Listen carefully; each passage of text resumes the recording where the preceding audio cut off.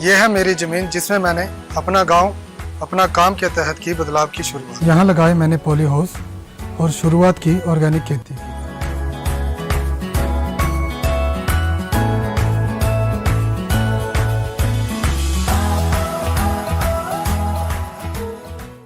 और साथ में की मैंने कड़कनाथ पोल्ट्री की शुरुआत।